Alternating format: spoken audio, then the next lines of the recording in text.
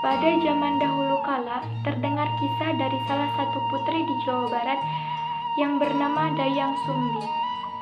Dayang Sumbi mempunyai anak yang bernama Sangkuriang.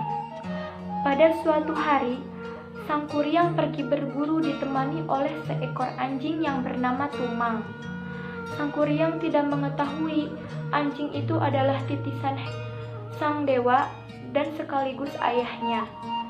Pada saat sedang di perjalanan, Sangkuriang bertemu dengan seekor rusa. Sangkuriang langsung teringat kepada ibunya bahwa ibunya sangat senang hati rusa. Lalu Sangkuriang memerintah kepada Tumang untuk mengejar rusa tersebut. Namun, Tumang kehilangan jejak rusa tersebut. Sangkuriang pun marah kepada Tumang karena Sangkuriang sangat ingin memberikan hati rusa itu kepada ibunya. Maka Sangkuriang pun membunuh Tumang dan mengambil hatinya untuk diberikan kepada ibunya untuk dimasak. Sesampainya di rumah, Sangkuriang memberikan hati Tumang yang telah dibunuhnya kepada ibunya. Lalu Dayang Sumbi pun memasaknya. Setelah selesai memasak, pada saat sedang makan, Dayang Sumbi teringat Tumang. Lalu Dayang Sumbi menanyakan keberadaan Tumang kepada Sangkuriang. Sangkuriang menjawab dengan penuh ketakutan, "Apa? Tumang mati?" Dayang Sumbi pun sangat marah besar kepada Sangkuriang. Lalu Dayang Sumbi memukul kepala Sangkuriang dengan sendok nasi dan mengusirnya dari rumah. Setelah kejadian itu, Dayang Sumbi sangat menyesali.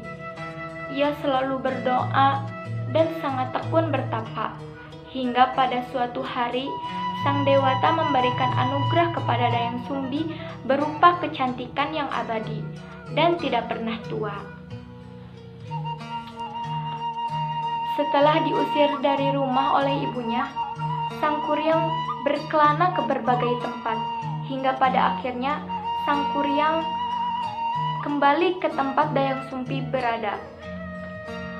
Dan mereka pun bertemu kembali, hingga pada akhirnya Sangkuriang jatuh hati kepada Dayang Sumbi. Dan Sangkuriang pun melamar Dayang Sumbi. Dayang Sumbi pun menerimanya. Pada saat sedang berduaan, tidak sengaja, Dayang Sumbi melihat kepala Sangkuriang ada lukanya. Lalu menanyakan kepada Sangkuriang. Sangkuriang menjawab, "Ini bekas luka akibat dipukul oleh ibunya dengan sendok nasi."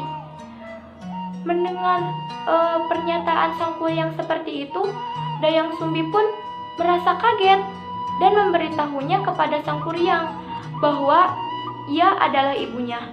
Namun Sangkuriang tidak mempercayainya. Ia tetap mau menikahi Dayang Sumbi. Dan Dayang Sumbi pun mengajukan permintaan. Dia minta kepada Sangkuriang untuk dibuatkan perahu layar dalam 1 hari, tidak boleh lebih. Sangkuriang pun menyanggupinya. Ia membendung Sungai Citarum untuk tempat perahunya. Dalam pembuatan perahunya, ia dibantu oleh jin, hasil taklukan perantauannya. Karena pembuatan perahu itu dibantu oleh jin, jadi perahu itu hampir selesai. Dayang Sumbi pun merasa cemas karena dia tidak mau menikah dengan anaknya. Dayang Sumbi memohon kepada sang dewa, dan Dayang Sumbi pun membuat ayam jago berkokok lebih awal. Dan pada akhirnya berhasil. Jin yang membantu membuat perahu lari dengan ketakutan dan meninggalkan Sangkuriang sendirian. Karena kesal, Sangkuriang menendang perahu itu. Lalu perahu itu terjatuh ke gunung dan menyatu dengan gunung. Dan disitulah terjadi kisah Tangkuban Perahu, Gunung Tangkuban Perahu. Dan pada akhirnya Sangkuriang pun meninggal karena terjatuh ke Sungai Citarum. Sekian penampilan dari saya. Mohon maaf apabila ada kekurangan. Wabillahi taufiq wal hidayah. Wassalamualaikum warahmatullahi wabarakatuh.